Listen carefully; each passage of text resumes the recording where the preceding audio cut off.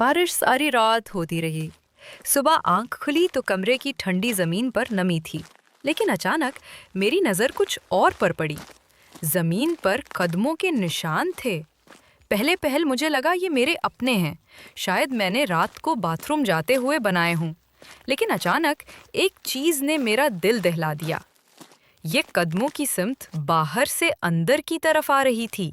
मैंने गौर से देखा, हर निशान साफ था, जैसे कोई भारी पांव से चलता हुआ अंदर आया हो। मेरी सांसें रुक गईं जब देखा कि वो निशानात कमरे के बीच से होते हुए आहिस्ता आहिस्ता आगे बढ़ रहे हैं। दिल जोर से धड़कने लगा। मैंने कदमों की लड़ी को आंखों से फॉलो किया। वो सीधा मेरे बेड के पास आकर रुके थे और आखिरी निशान नमी में बिल्कुल वाज़े मेरे तकिए पर ख़त्म हुआ था, जैसे कोई वहाँ खड़ा हो या फिर लेटा हो। मैंने हिम्मत करके पीछे देखा।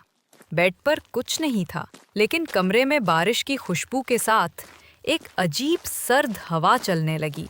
इसी वक्त मेरे मोबाइल पर नोटिफिकेशन आया। स्क्रीन पर एक लाइन लिखी थी, ये निशानात तुम्हारे नहीं थे।